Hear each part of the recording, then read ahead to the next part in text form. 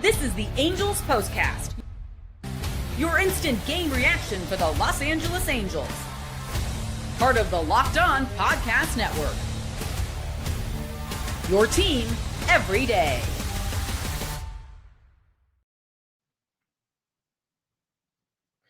Hello, Halo Nation. Hello, Halo hopefuls, and welcome back to the latest edition of the Locked On Angels Postcast, coming at you live, as always, after every single Angels game. And today, in the Big A parking lot, we're, of course, outside of what I'm calling the funeral for the Angels season in 2025. But we're coming at you live, as always, after every single Angels game right here live on the Locked On Angels YouTube channel and after the fact, both on the channel, wherever the heck you get the Locked On Angels audio podcast feed. If you don't know who I am, what is going on, everybody? My name is Gavin Carlson, former credentialed journalist in the LA area. Spent 4 years covering UCLA sports with the Daily Bruin, and now in year 2 with the Locked On Podcast Network, where it's your team every day. Our team is the Angels, and I know I've hinted at it or maybe even declared it a few times in the past few weeks, but tonight really felt like the funeral. And if it wasn't for me meeting 3 amazing members of the Postcast crew, if it wasn't for that, tonight would have been quite underwhelming, right? A very frustrating loss for the Angels. Not just a loss where it was a coin flip and, a couple of frustrating things happened. No, this was a loss where the Angels were never in it, but also never out of it.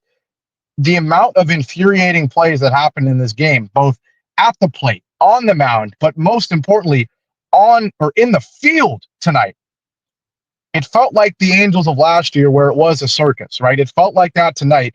And that's why, coming off a very disappointing weekend series against the A's, knowing how important this game is and this series is to have any hope of still being in this wild card race, for you to not only lose this game, but for you to lose it in the manner you did, where you reverted back to being the embarrassing team, the circus team, the bad news Bears team of last year, that's what makes everything a lot worse. But yeah, shout out to everybody in here. Huge shout out to 3 loyal members. People asking me who was I able to meet, because I know you guys are pretty close in the comment section. The legend Vinny was there. You know him as the Mike Trout Glazer. Later on in the show, I'm going to tell you some of the stuff Vinny got me. This guy's unbelievable. He gave me stuff. Incredible. Also met my boy Dylan. He lit 23-year-old like myself. Super nice guy. Just like super, super chill guy. Was really awesome to meet him. And then also met Angels Win right here, who says the game was trash. Meeting Gavin was epic. Hey, it was epic meeting you as well. Angels Win. I know a lot of you are familiar with him in the comment section. He's been in here since the beginning. So to meet the 3 of you guys was absolutely awesome and made up for a frustrating, disappointing game.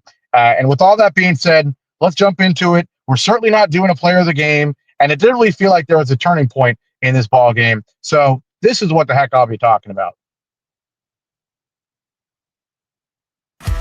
This is what you'll be talking about.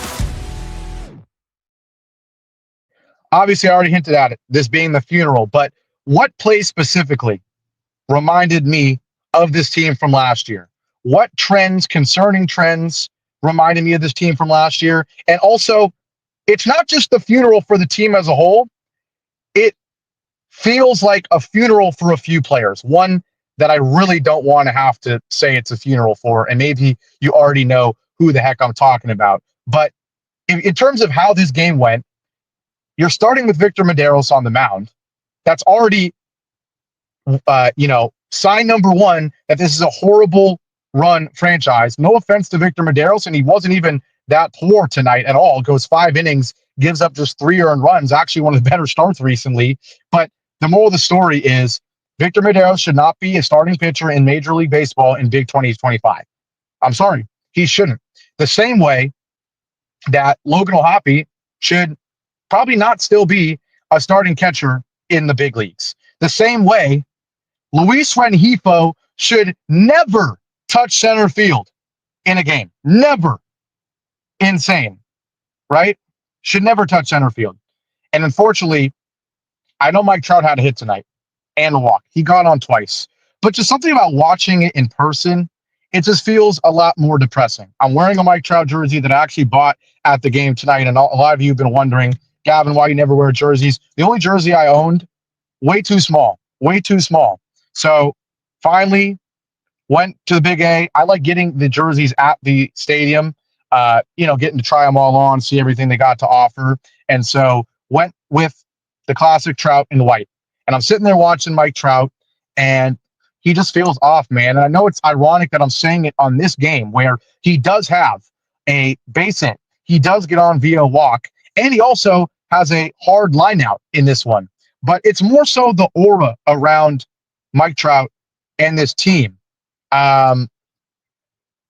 It doesn't feel like his team anymore. It feels like Zach Neto's team. Neto was okay tonight, but there's the energy we saw, kind of the rallying around Mike Trout that we saw earlier in the season.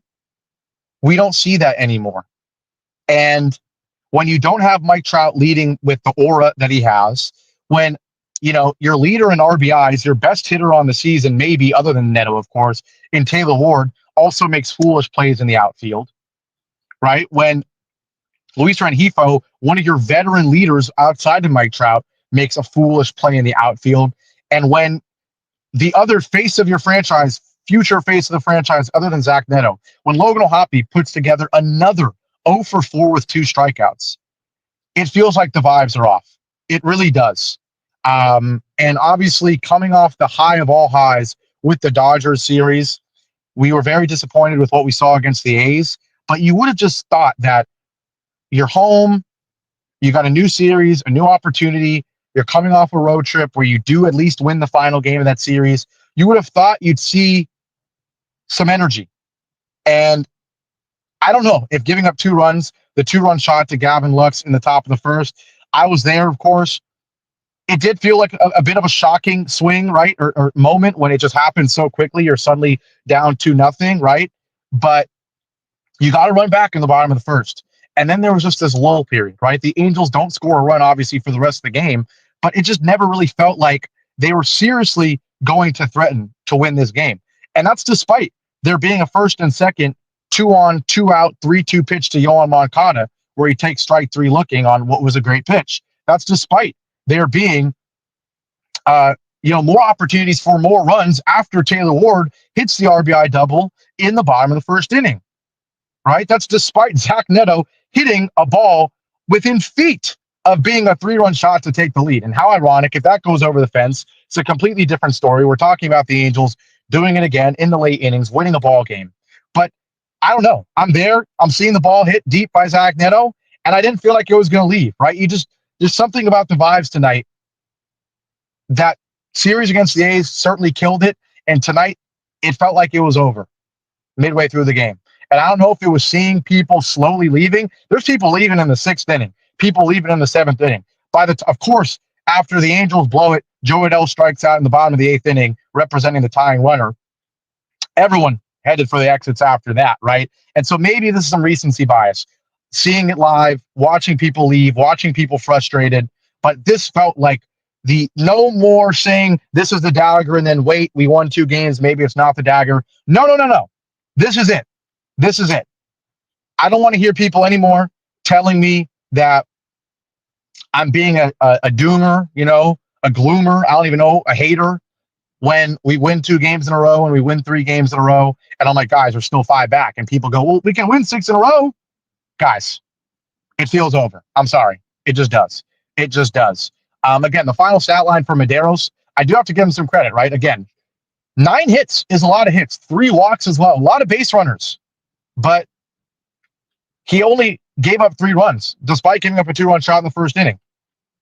Probably should be good enough. I know there was people in previous shows that were saying, Gavin, I think you are too critical on, the bullpen, and you should be more critical of the starters. No. This is another example. I know we have starts where Jack Quanowitz blows up.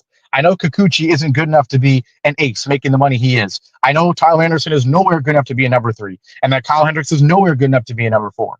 But still, they give you 5 innings of 3 runs or less. Is that a quality start? No, statistically and legitimately it's not, right? Figuratively, whatever, as well, right? But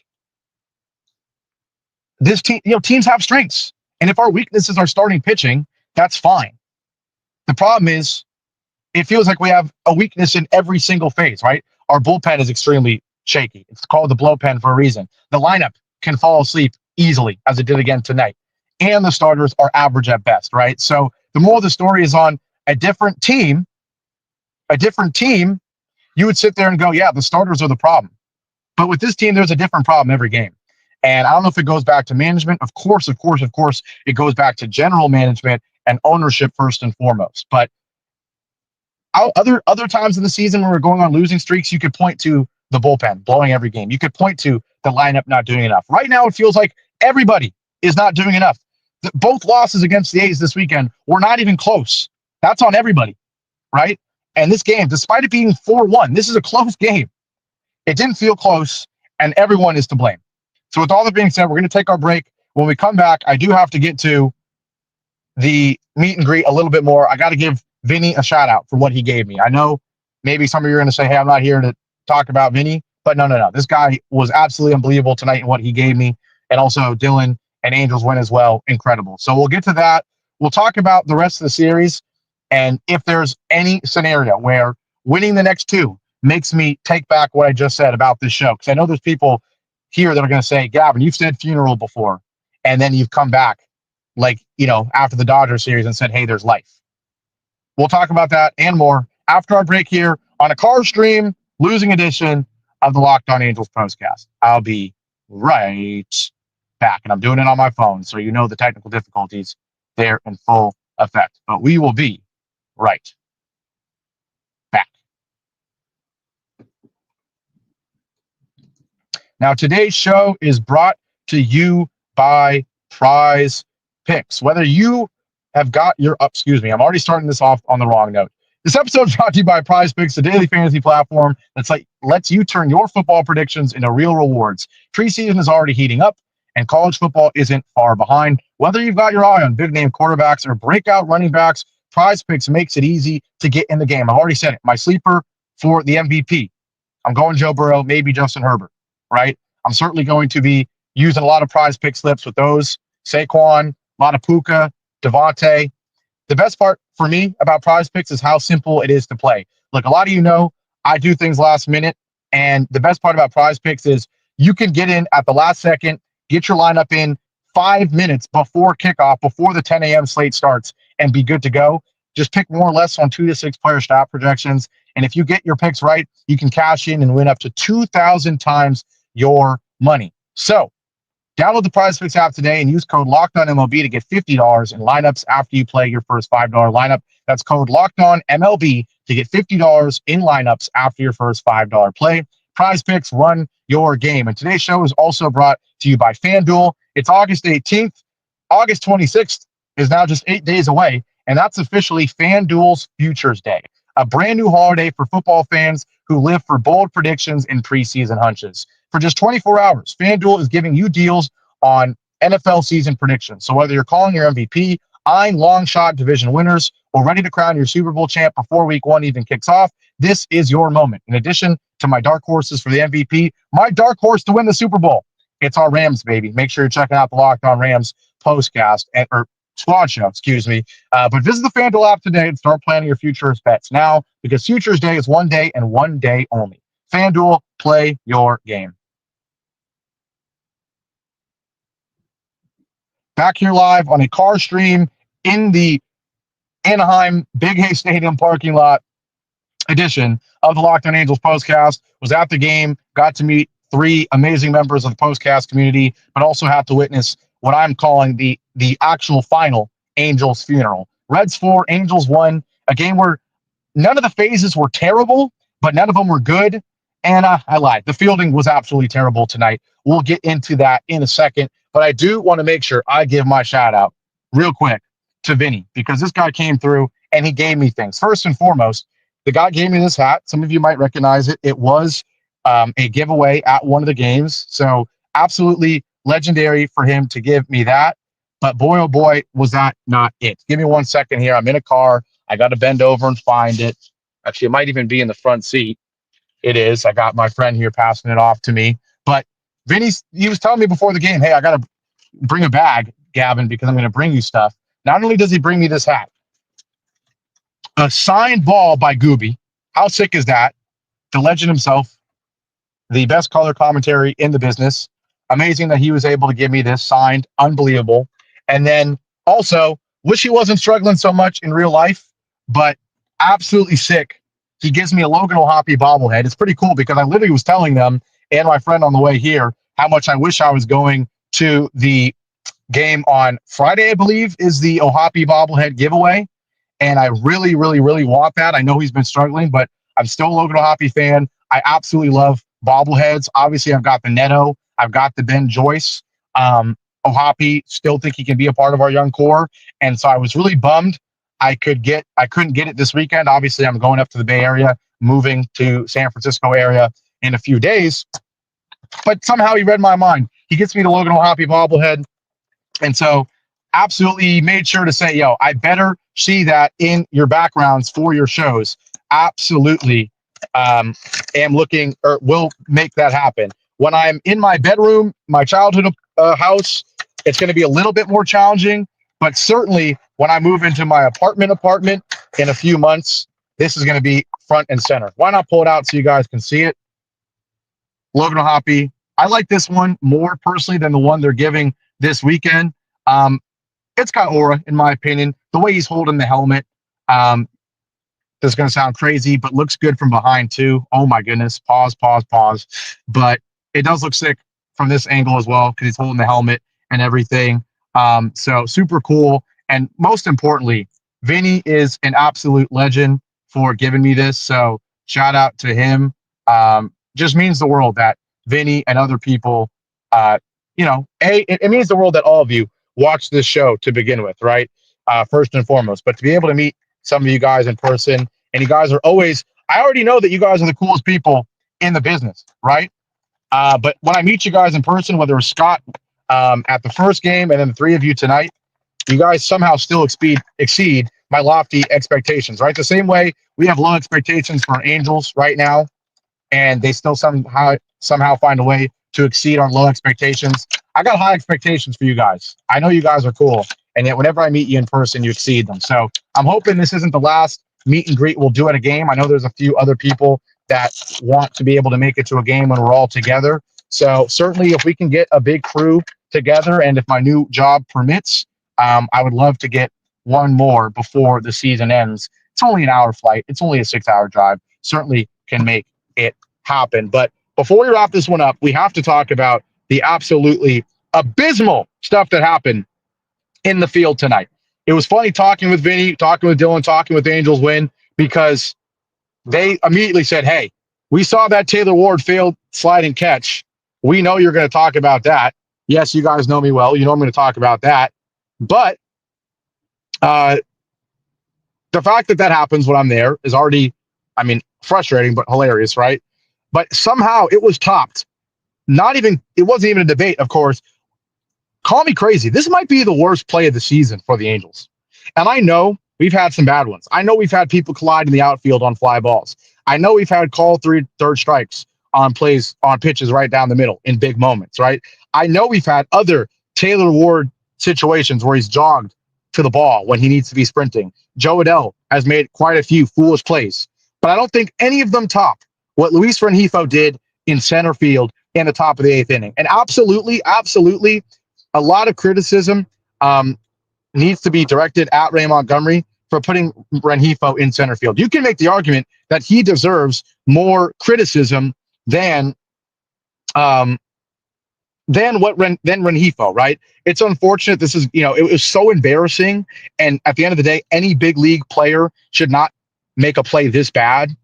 So he's obviously going to get the most blame, but you really do need to look at the manager and say, for you to put a guy who you already asked him to do more in the field than anyone else on the team, you already asked him to play second, to play third, to occasionally play in the outfield, but to throw him in center field, and not for a good reason, by the way. If it was a good reason, if you were really tied to put him in center field, I get it.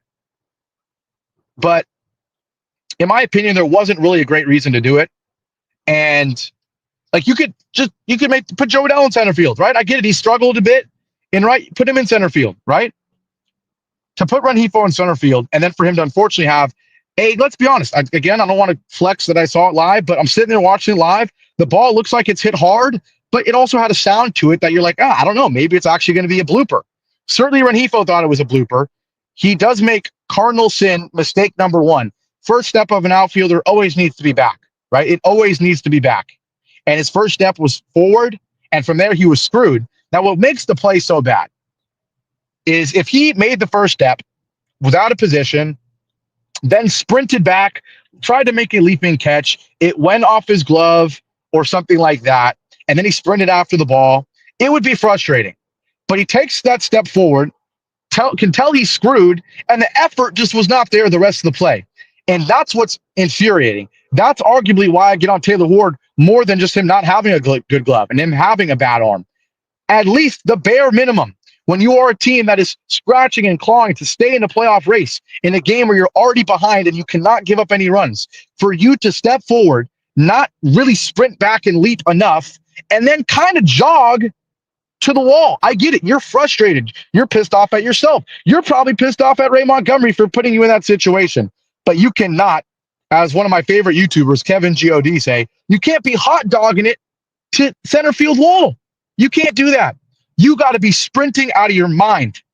He hot dogs it. It's an easy stand-up triple for Ke'Bryan Hayes. He ends up scoring the fourth run. And also, let's be honest, if it's 3-1, that feels different than 4-1, right? I really do think that feels different for 4-1. We've seen this team come back from 1-run, 2-run, 3-run, 4-run deficits, right? But 2 runs is that sneaky. Obviously, a 1-run game, you know you're in it with 1 swing. But 2 runs, you certainly still feel like you're in it the second a guy gets on base. Ironically, we did get the tying guy up to bat in the bottom of the 8th with Joe Adell, but still, it feels different when it's like, oh, you get 1 guy on, you already know you have the tying guy up to bat. Or if you get 2 guys on, you're like, hey, there was actually a previous inning. Actually, it was the bottom of the 6th. I was talking with Vinny and Dylan, and Angels win. It's 3-2, 2 outs. I'm like, okay, runners are going to go. All Moncada has to do is get a base hit, and there's an argument that both runs are going to score because the runners are going. The guy on first is going to be dang near on second base by the time contact is made. Any sort of base hit could score both, right? So, again, we had first and second here with 2 outs in the bottom of the 8th. And, of course, Joe Adell represents the tying runner in this situation. But if you're down 2 runs, not 3, maybe he's not thinking game-tying home run. Maybe he doesn't swing and miss at that sinker in the dirt. Maybe instead he thinks like we want Joe Adell to think. Go opposite field. Hit one down the line, right? And pokes one down the line, scores a run, maybe scores the game-tying run if you're only down 2. But you're down 3, in his head he's thinking game-time home run. He swings that what would have been ball 3, and the Angels lose the ball game. So that Rengifo play certainly was the closest thing to a turning point in this one, but just a frustrating game overall. Neto 1 for 5. Shawnuel, who I was arguing with Angels win, he said he's bang average. He's not bang average. Come on. I still think he's an above average baseball player. He's still 3 years into his career, still a young player, still going to get better. He's going to hit the ball harder each season. He's going to get more consistent, right? But he's still hitting 272, guys. He's got the best average on the team. So Angels win. I love you, but I'm disagreeing with you there. I think Shawnuel is above bang average. On the flip side, Mike Trout, who I've been defending, that 1 for 3 with the walk today, it just didn't feel like 1 for 3 with the walk. I don't know why, guys, but it just didn't. Taylor Ward 1 for 3, obviously had the RBI double and the walk as well, but we saw what he did in the field. Moncada 1 for 4, but he had a very costly strike 3 looking, although I heard that the pitch wasn't close. Joe Adell 1 for 4, 2 strikeouts. Christian Moore 1 for 4 with a strikeout. That average still goes up. Would love him to be in the low 200s rather than the high 180s. Ohapi 0 for 4, 2 strikeouts. Brutal. Bryce T 0 for 2 with the strikeout, and then he gets pinch hit for by Rengifo, gets pinch fielded for by Rengifo, and that's when you see the value of Bryce T when Rengifo makes the mistake he did in center field. The bullpen was decent in this one. Carson Fulmer doing his job of, eating up some innings there at the end. He did give up a run, unfortunately. But Chafin, nice 1-2-3 inning. Fermin gives up just 1 hit for 2 strikeouts. But unfortunately, none of it mattered because all aspects of this team were not good enough in this one. So with all that being said, we're going to wrap this one up. Shout out to everybody in here, especially the 3 people I met today. Dylan, Vinny, Angels win. You guys are legends. At least I have a new Mike Trout jersey that I'm going to sport, although it feels like the Mike Trout funeral is slowly coming as well. But shout out to all of them, especially shout out to Vinny for the Ohapi bobblehead and for this unbelievable Gooby signed ball and the hat as well. Take care, everybody. Have a great rest of your Monday night. I'll see you back here tomorrow night, and then I will see you back here Wednesday night as well. Hopefully we have 2-game winning streak to where I can come back and say it's not the funeral. No. It doesn't matter. I'm calling tonight the funeral. I'm not switching up. That is that. I need to see more than 2 wins in a row against the Reds. I need to see like 5 wins in a row or 4 out of your next 5 or something. And I don't know if we're ever going to see that, to be honest. But yeah, shout out to all of you. To anybody who's saying sorry they couldn't make it, like Nathan or anybody else, no worries at all, man. Shout out to everybody that was in here. Deshaun, peace out. You've been real cool too. Appreciate all the comments from you recently, Deshaun. But shout out to all of you. Have a great rest of your Monday. Eric, peace out. Nathan, peace out. And have a great rest of your Monday. We'll see you tomorrow, and go Angels. Take care, Cat Soup. Go Halos.